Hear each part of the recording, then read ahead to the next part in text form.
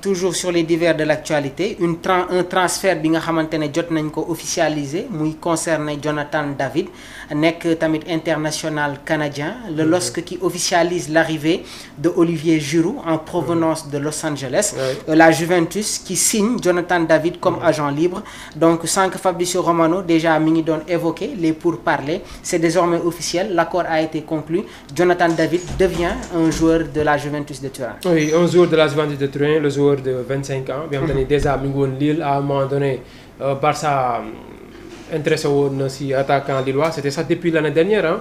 Saison passée, le commencé pour suivre. Rendi aussi, à mon avis, quelques démarches mais bon, jusqu'à après, ils ont modifié le ginnaaw. Mais pour moi, c'est un bon attaquant. Et il est, heureusement, comprendre que Lille. Dem benen ci club bo xamanteni dina fa gagner expérience gagner fa maturité aussi té juste pour moi c'est un club bo xamanteni dina am fofu temps de pour le moment il y a que Colomwani certainement maintenant mo fa nek Dusan Vlahovic bi nga xamanteni demb ay réaction indi na ay polémique parce que après la victoire du Real de Madrid Dusan Vlahovic dafa aimé ben commentaire bi nga xamanteni joueur Real def nako lolu mo waral jamono ji y a des critiques envers l'attaquant serbe muy Dusan Vlahovic yang koy wax il y a la concurrence. Déjà, il y a Colomwani, l'arrivée de Jonathan David. Est-ce que vous précipitez le départ de l'ancien attaquant de la Fiorentina? Oui, bon, je pense parce que moi, à un moment donné également, nous avons poussé vers la sortie sur le banc, oui, nous changer entraîneur, d'une changer entraîneur, et que d'abord, en transfert termes de... Oui, transfert dessus. En termes de ratio, il était donc derrière Colomwani. Puis on a statistiquement, moi, à tout carrément, c'est le nombre de minutes jouées avec le nombre de buts marqués avec la Juve.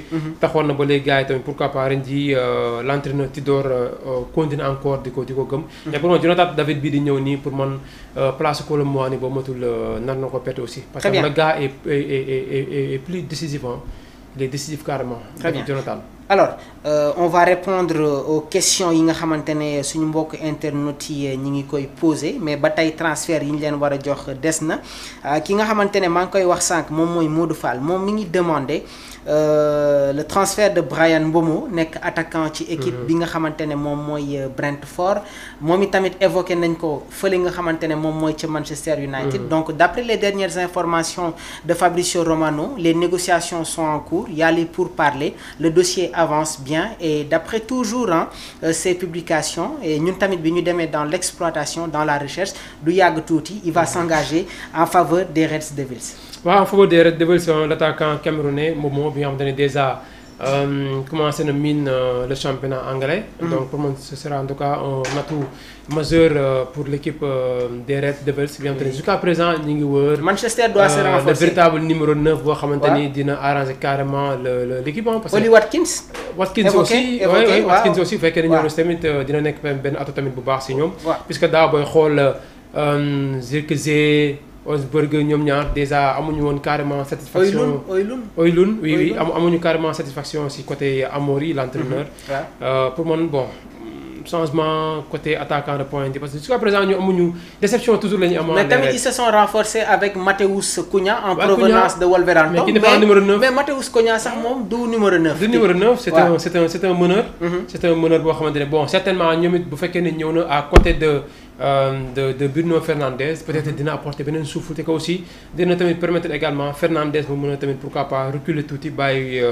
Cunha mo gëna nek juste devant les deux milieux de terrain té bon dina apporter je pense en Cunha aussi au niveau de l'entrejeu et aussi un moment juste devant lui yoy mëna apporter benen souffle aussi té pour man United en tout cas ba légui mi ngi wër attaquant mais amago ko quoi United mi ngi am attaquant ba tay amago ko une information bi nga xamantene jot nañ ko légui muy concerner Oli Watkins nek joueur buy football ci équipe bi di Aston Villa dans cette deuxième partie de saison de la Premier League avec l'arrivée de Marcus Rashford de reléguer Watkins sur le banc donc Unai Emery Rashford mom la doon démarrer lo ci yenn match jamono ji nak les dernières informations Manchester United jot na lancé un appel pour poser des questions sur Oli Watkins c'est confirmé il y a les pourparlers est-ce que mën nañu xaarani tay ji tamit l'attaquant des True Lions mu ñëw rejoindre équipe bi di Manchester United bon pour moi c'est logique suite logique par rapport ak Watkins bu fekkee ne jóge na Angleterre jóge na bon Aston Villa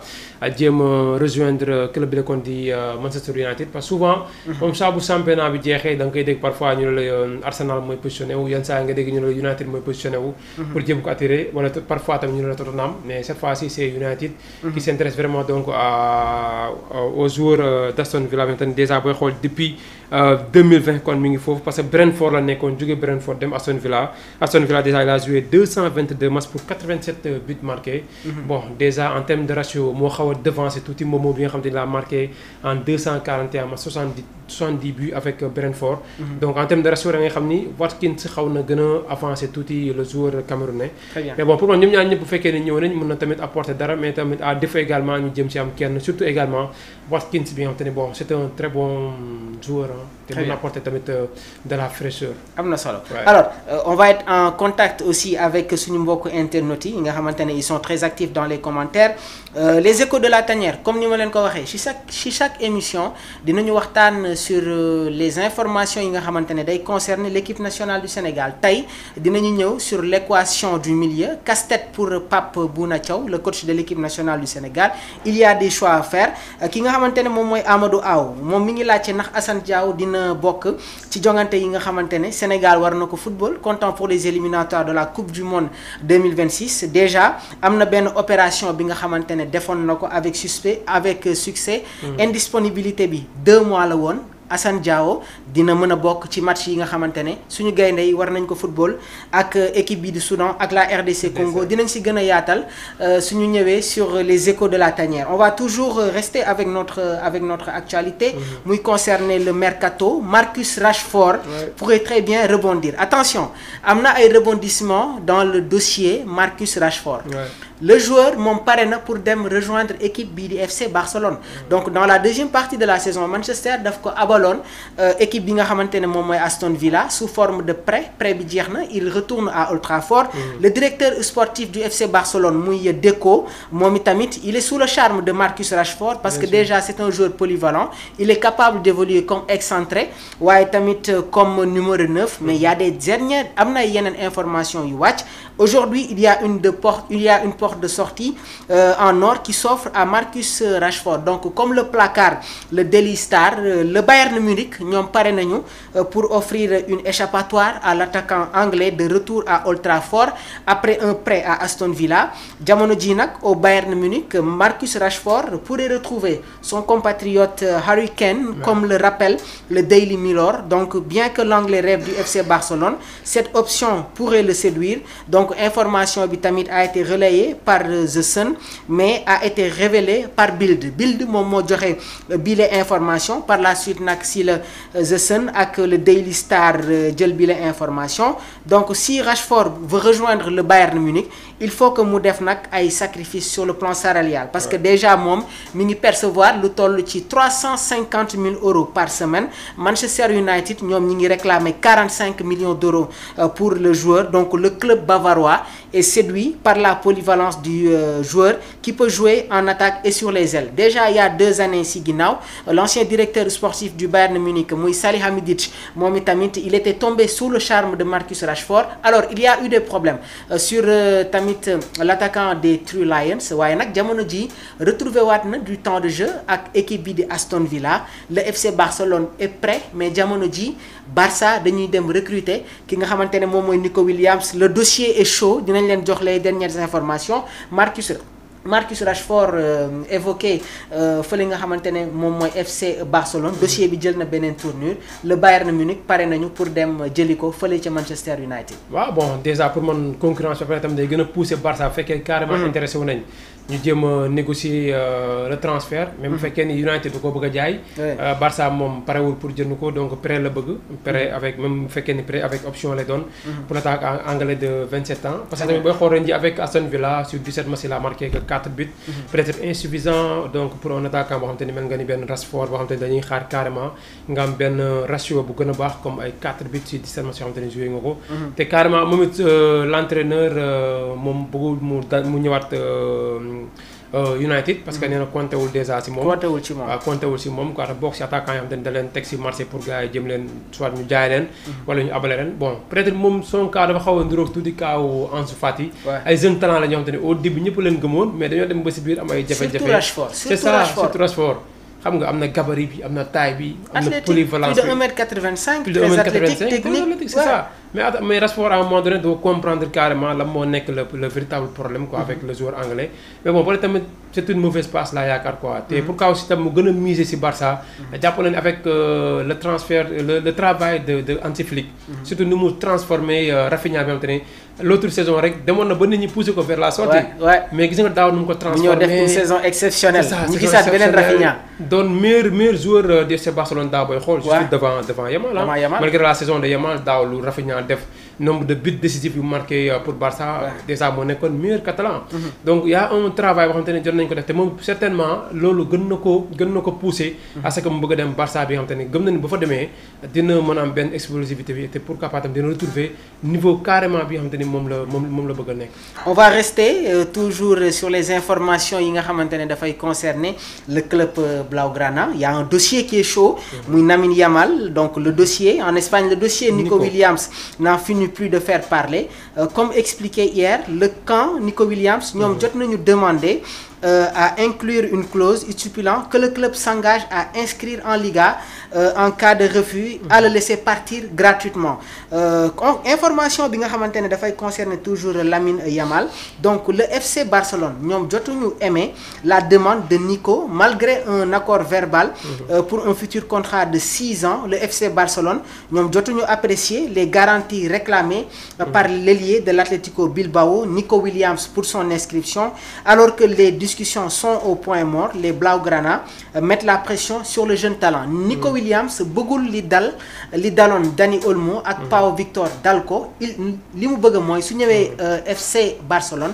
ñu enregistré ko sur les joueurs yi nga xamante ne voilà ils peuvent démarrer les matchs sans pour autant mu am un problème le dossier qui traîne qu'est-ce qui se passe réellement avec le cas de Nico. waaw pour man y a une différence surtout tamit par rapport ak le cas du club le club catalan Barça. parce que ñoom pour man garantie nécessaire yëpp.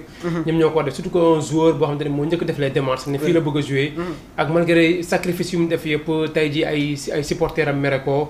ñenn si ay dirigeants am mere ko donc yow club aussi tam yaa war a def.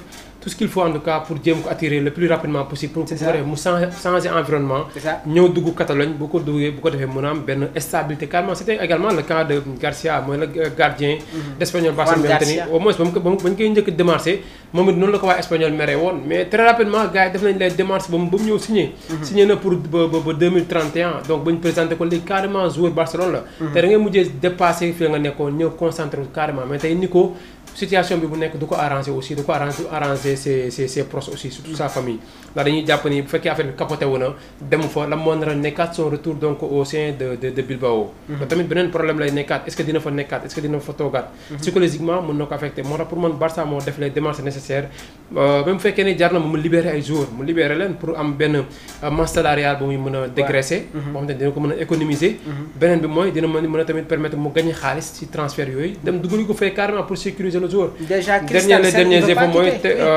Xavier Tebas bi nga xam ne moom moo jiite la Liga moom déjà nee na à l'heure actuelle Barça mënul enregistrer Nico Williams. mënu ko enregistrer à l'heure actuelle en tout cas mënu ko enregistrer bu fekkee jënd na ko.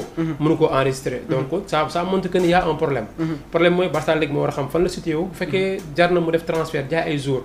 ay Pau Victor amuñu woon temps de jeu. nga jox André Christensen bi nga xamante ne moom nee na bëggul quitter club bi André Ter Stegen est-ce que ñooñu suñu leen poussé vers la sortie dina libérer de la place pour Nico. bien sûr dina libérer de la place mais tam comme ni nga ko waxee léegi loolu lay problème bi. déjà am nañ 5 défenseurs centraux yoo xamante ne pour l'instant ñi ngi fa te 5 c'est trop. déjà rek dëkkoo waxoon na ko il va falloir à ce que donc kenn si ñoom dem. Christensen dese na ko 1 an de contrat parce que daaw 2 ans la signé woon def na benn mu des benn. yaa Araujo bi nga xamante ni daaw saison bonne bu mu def ren dafa bëgg won gars yi ni amaan na niveau bi mi ngi fi ba léegi quoi. donc moom it bëggul dem. déjà léegi kan mooy dem. le problème foofu noonu la nekkee Iñigo Martinez day resté. bëggul dem est-ce qu'il ne va pas même être capitaine parce que. am na information yoo xamante ne commencé na circuler. Iñigo Martinez en provenance de l'Atlético Bilbao. ñu bëri xaaruñu ko woon. tey jii mu formé la charnière centrale avec Cubarsí. bett ñu bëri ñu bëri la bett. dem ba poussé Araujo muy toog si banc. mais nag ku ko seetaan Bilbao du la bett. waaw surtout. ku ko seetaan Bilbao du la bett. waaw parce que man je l'ai suivi à Bilbao. de même que moi voilà donc. man je l'ai suivi à Bilbao te boobu duel yi nu ko doon remporté sax dafa ëpp. exception.